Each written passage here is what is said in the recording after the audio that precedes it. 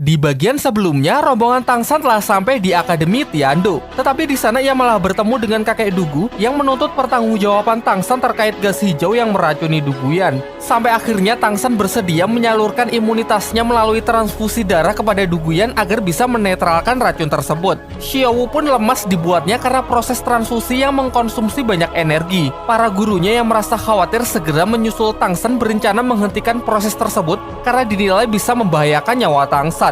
Pertarungan pun tak terhindarkan antara alumni tim segitiga emas melawan kakek sang pemilik 9 cincin siluman roh.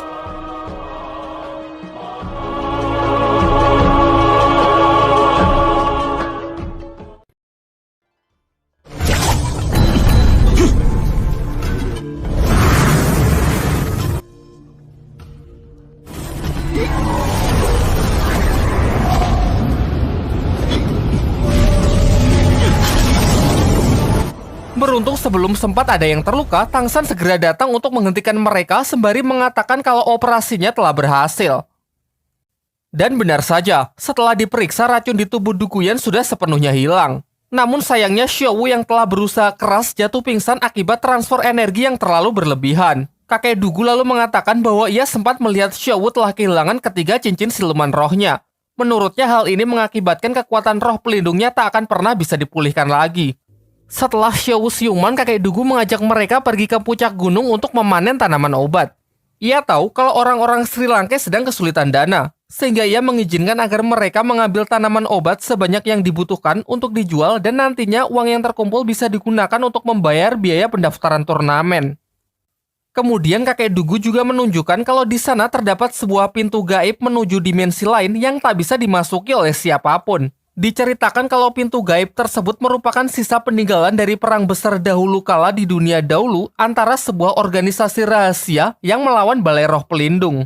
Ia menambahkan mungkin saja di balik pintu ini terdapat tanaman obat yang lebih berharga daripada yang ada di luar, meskipun mustahil ia dapat memasukinya. Sebelum mereka meninggalkan tempat itu, tiba-tiba Tangsan mendengar sebuah bisikan yang menyuruhnya masuk ke pintu gaib menggunakan roh pelindung rumput peraknya sebagai kunci. Dan benar saja, mengikuti bisikan yang ia dengar, ia bersama Xiaowu berhasil masuk ke tempat misterius tersebut. Kalau kalian masih ingat di bagian awal, tempat ini adalah padang rumput yang selalu muncul di dalam mimpi Tangsan. Ternyata tempat ini adalah sebuah dimensi yang diciptakan oleh ibu Tangsan sebelum beliau meninggal pasca pertempuran melawan Balai Roh Pelindung. Setelah cukup melihat-lihat, di sini ia mendapatkan pesan terakhir yang sempat dibuat oleh ibunya mengenai hadiah terakhir untuk Tangsan. Hadiah itu meliputi berbagai macam tanaman dewa dan sebuah mata air yang sanggup membantu Tangsan agar bisa menyerap cincin roh siluman di luar batas kemampuan tubuhnya. Pesan itu pun diakhiri dengan harapan kekuatan dan hadiahnya bisa melindungi putranya tersebut. Setelah menyampaikan kalimat terakhirnya, tiba-tiba Xiaowu terbangun dan mendapati ketiga cincin roh miliknya telah kembali yang membuat kekuatannya kini telah pulih. Singkat cerita, setelah mengambil beberapa tanaman obat di sana, mereka segera kembali ke dunia nyata. Tangsan kemudian berbaik hati membagikan tanaman-tanaman dewa tersebut ke kakek Dugu dan teman-temannya yang masing-masing memiliki khasiat berbeda. Ia juga memberikan satu kepada Master Xiao yang bermanfaat untuk mengupgrade kekuatan Master Xiao sehingga ia bisa menyerap cincin roh ketiga dan seterusnya. Sedangkan sisanya diserahkan kepada Pak Kepala Akademi untuk dijual yang nantinya uangnya bisa digunakan untuk biaya pendaftaran mengikuti turnamen. Namun Master Xiao menyadari bahwa tanaman-tanaman itu bukanlah tanaman yang mudah didapat. Tidak mungkin ia mengambilnya di gua milik kakek Dugu. Sampai akhirnya Tangsan pun menceritakan semuanya mengenai dimensi roh ciptaan almarhum ibunya yang baru saja ia masuki bersama Xiaowu. Setelah mendengarkan penjelasan dari Tangsan, Master Xiao mengatakan meskipun Balai Roh Pelindung berkaitan dengan kematian ibunya, ia meminta agar Tangsan tidak menyimpan dendam kepada Balai Roh Pelindung. Untuk lebih meyakinkan Tangsan, kemudian Master Xiao mengungkapkan siapa identitas ayah Tangsan yang sebenarnya. Ia menjelaskan bahwa Tang Hao, ayah dari Tangsan, merupakan salah satu master roh terkuat di dunia dahulu. Pada awalnya ia adalah orang kepercayaan dari suami Bibi Dong, pemimpin Balai Roh Pelindung sebelum Bibi Dong yang mengabdi untuk Balai Roh Pelindung. Singkatnya, karena suatu alasan, Tang Hao membelot dan justru menyatakan perang terhadap orang-orang dari Balai Roh Pelindung. Akibat perang yang terjadi, menewaskan pemimpin dari pihak Balai Roh Pelindung sehingga Bibi Donglah yang maju menggantikan posisi yang kosong tersebut. Sedangkan Tang Hou, ayah dari Tang San yang dicap sebagai pengkhianat kerajaan, mulai saat itu dinyatakan sebagai buronan. Di malam harinya, kakek Dugu datang menemui Tang San. Ia sangat senang karena racun di tubuh Duguyan kini sudah benar-benar hilang, dan karena itulah ia berjanji untuk memberikan perlindungannya kepada Tang San. Sementara itu, Ning Rongrong curhat kepada Su Ying mengenai roh pelindung miliknya yang telah bermutasi, yang awalnya hanya pagoda 7 tingkat, sekarang menjadi 9 tingkat. Menurutnya keanehan ini terjadi setelah ia memakan tanaman dewa dari Tang San. Namun ketika ia ingin pergi untuk menceritakan masalah ini kepada Xiao Wu, ia malah diculik di tengah jalan. Penculikan Rongrong sontak membuat semuanya panik karena mereka sama sekali belum tahu siapa penculik tersebut. Tetapi sebelum teman-temannya sempat mengejar, mereka bertemu dengan Pak Kepala Akademi yang sudah terlebih dahulu melakukan pengejaran. Ia mendapatkan pesan kalau orang yang telah menculik Ning Rongrong adalah orang dari klannya sendiri. Karena itulah ia melarang semuanya agar jangan ikut campur karena kemungkinan ini adalah masalah internal klan mereka. Dan benar saja, Ning Rongrong diculik oleh seseorang yang ternyata adalah tetuanya sendiri dari klan Qibao. Ia kemudian dibawa menuju kantor kedutaan klan Qibao yang berada di kerajaan Tiando untuk menemui ayahnya yang merupakan pemimpin dari klan Qibao. Sang ayah lalu menjelaskan bahwa tujuan ia ke sini adalah untuk melindunginya dan menjauhkannya dari turnamen Akademi Roh. Karena ia mendapatkan informasi bahwa turnamen Akademi Roh kali ini hanyalah sebuah settingan yang akan dimanfaatkan untuk kepentingan dalang di baliknya. Ia juga mengungkapkan kalau sebenarnya niat memasukkan putrinya ke Sri Lanka adalah demi menghindarkannya dari turnamen Akademi Roh. Karena ia tahu dengan status Akademi Sri Lanka yang tidak resmi, maka tak akan bisa mengikuti turnamen. Namun siapa sangka kalau mereka malah datang ke kerajaan Tiando untuk meminjam nama akademi. Diceritakan, ayah Ning Rongrong sebelumnya telah mendapatkan misi dari seseorang untuk mengacaukan turnamen dengan menyerang seorang peserta. Imbalan dari misi itu adalah benda pusaka yang dapat membangkitkan mutasi roh pelindung. Dalam sejarah klan Qibao, dulu pernah ada orang jenius yang mencapai mutasi roh 9 tingkat. Menurutnya inilah kesempatan bagi klannya untuk mengulang sejarah tersebut.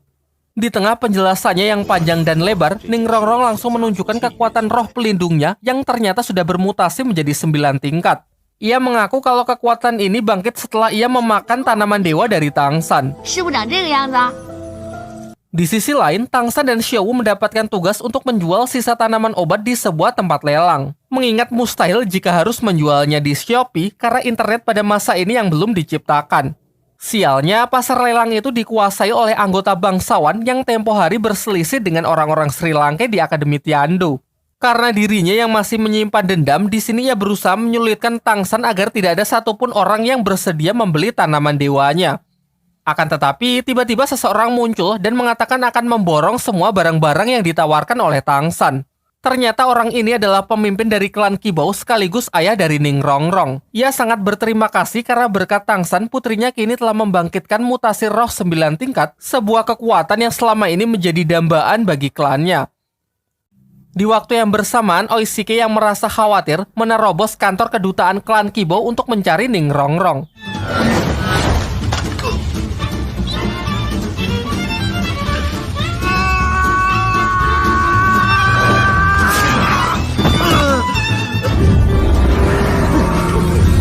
Dengan kemampuan seadanya dibarengi tekad yang kuat, ia pun melakukan perlawanan dan berhasil menerobos pasukan untuk membawa kabur Ning Rongrong. Tentunya tak semudah itu. Ia yang hanya bertipe support sangat kewalahan berhadapan melawan tetua klan Qibao yang sedang berjaga di sana. Namun ternyata di sini ia hanya bersandiwara dan berpura-pura jahat untuk menguji kesungguhan hati dari Oishike.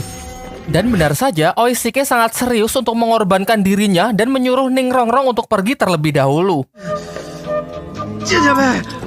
Singkat cerita, berkat kecerdikannya, ia mampu meloloskan diri bersama Ning Rongrong menggunakan kiwi terbang dari salah satu kemampuan roh pelindungnya.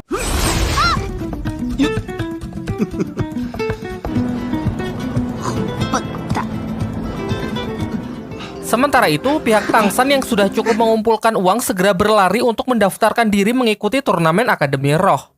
Pak Kepala Akademi pun berinisiatif untuk mengganti nama Akademi Lanba menjadi Akademi Sri Lanka.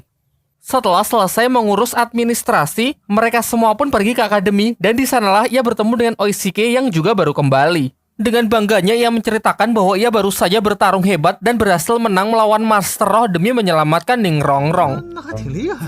Singkat cerita, berkat tanaman dewa dari Tang San, seluruh siswa Akademi Sri Lanka kini siap untuk mengupgrade kekuatannya. Mereka pun bersama-sama pergi ke sebuah hutan yang tak jauh dari kerajaan Tiando untuk berburu siluman roh guna mempersiapkan diri untuk mengikuti turnamen. Di sana Master Xiao membagi mereka menjadi dua tim. Dirinya, Erlong, Xiaowu, dan Tangsan pergi ke sebelah barat, sementara sisanya akan ikut Pak Kepala Akademi.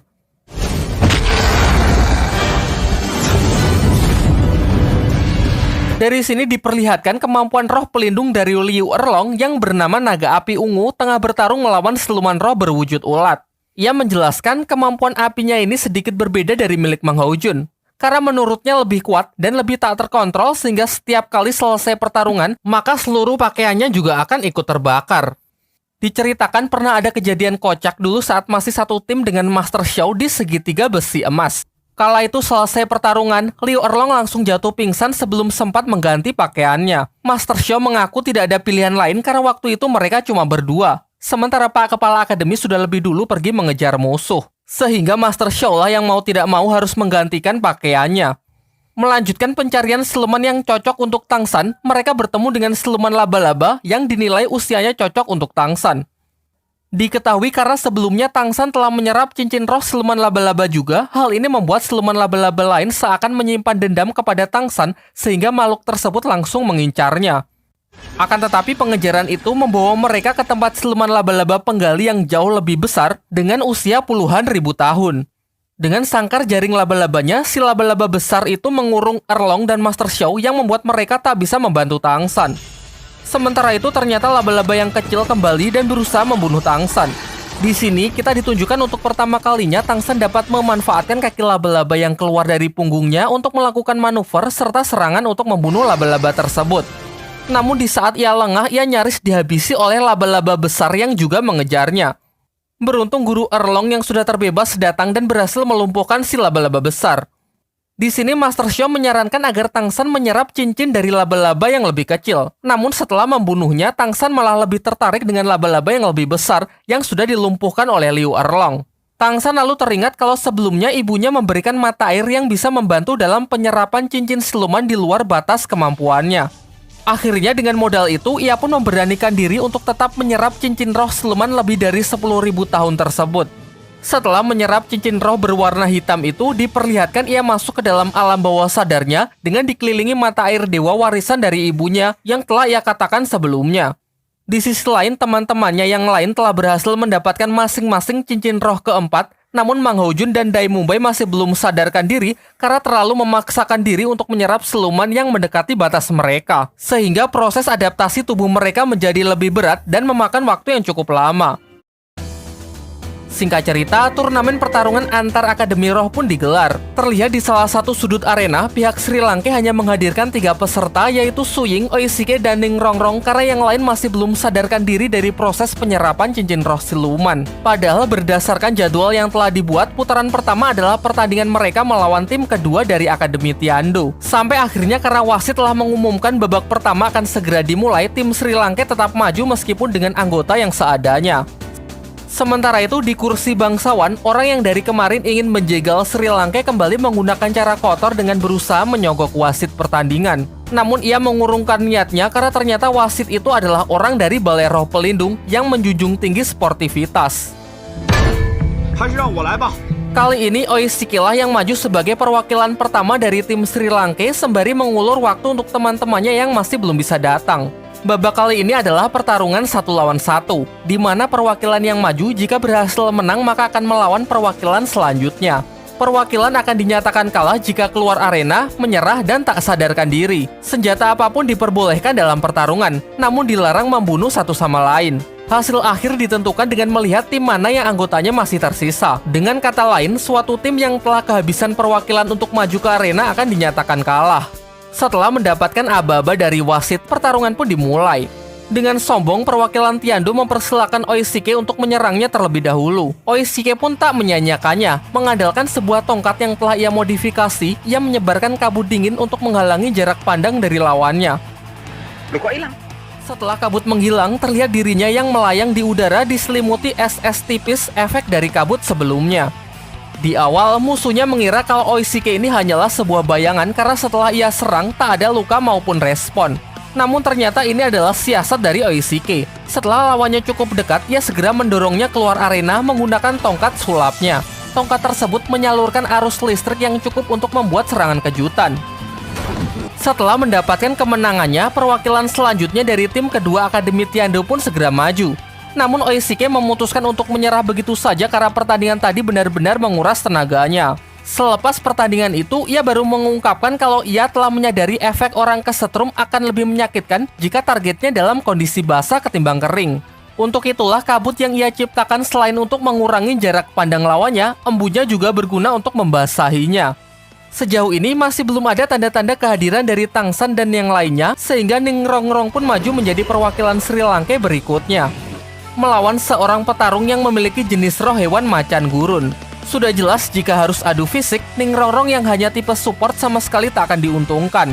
Walaupun roh pelindungnya kini sudah mengalami mutasi menjadi 9 tingkat, sayangnya tetap tak akan berguna dalam pertarungan 1 lawan 1.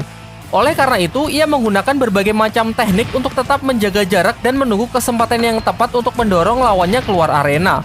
Dijelaskan bahwa di pertandingan sebelumnya, Oishike telah menyebar bubuk mesiu di beberapa titik arena sehingga Ningrongrong kini bisa memanfaatkannya untuk membuat serangan kejutan. Wasit pun menilai bahwa hal ini dianggap bukan suatu pelanggaran karena apapun sisa dari pertandingan sebelumnya tak akan mempengaruhi pertandingan berikutnya, baik yang disengaja maupun yang tidak disengaja. Singkatnya, rencana Ningrongrong tak bisa ia eksekusi dengan mudah karena lawannya yang baginya masih terlalu kuat. Terdengar dari sudut arena teriakan Oishike menyuruh agar ia menyerah saja.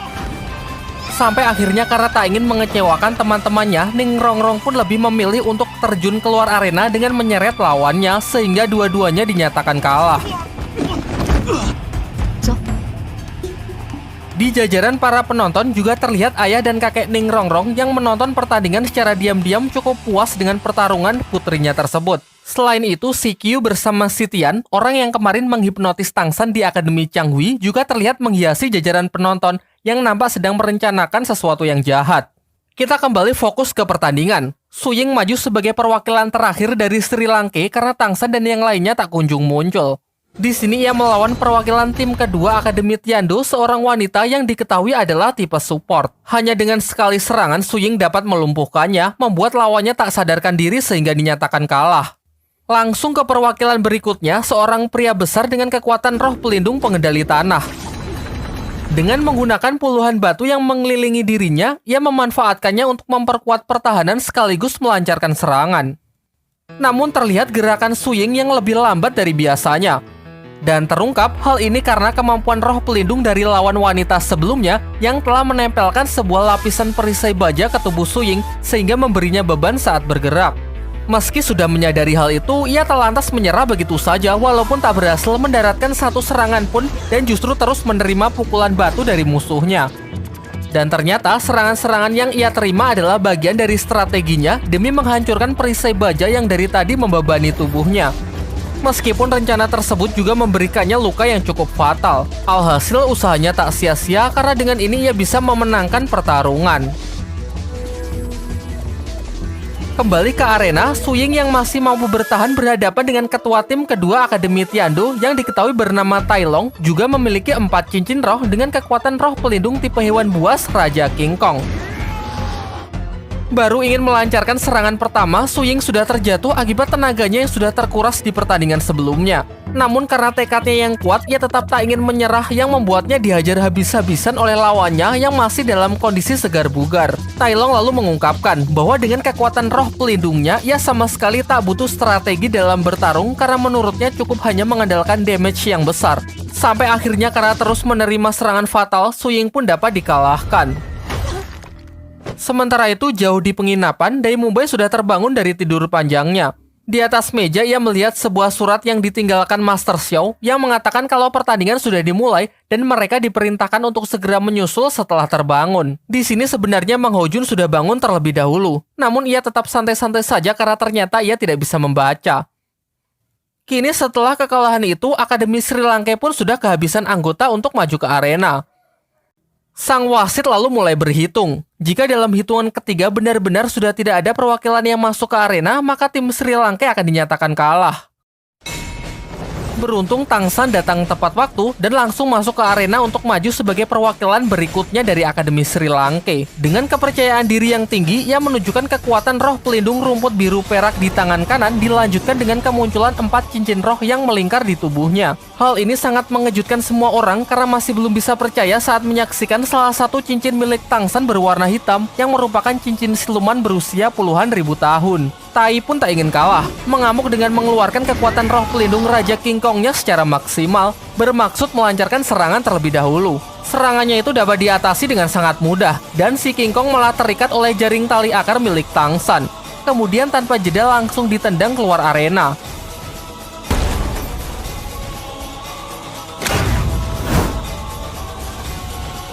Sehingga sudah jelas Tang San lah yang dinyatakan sebagai pemenang. Lanjut ke bagian 9.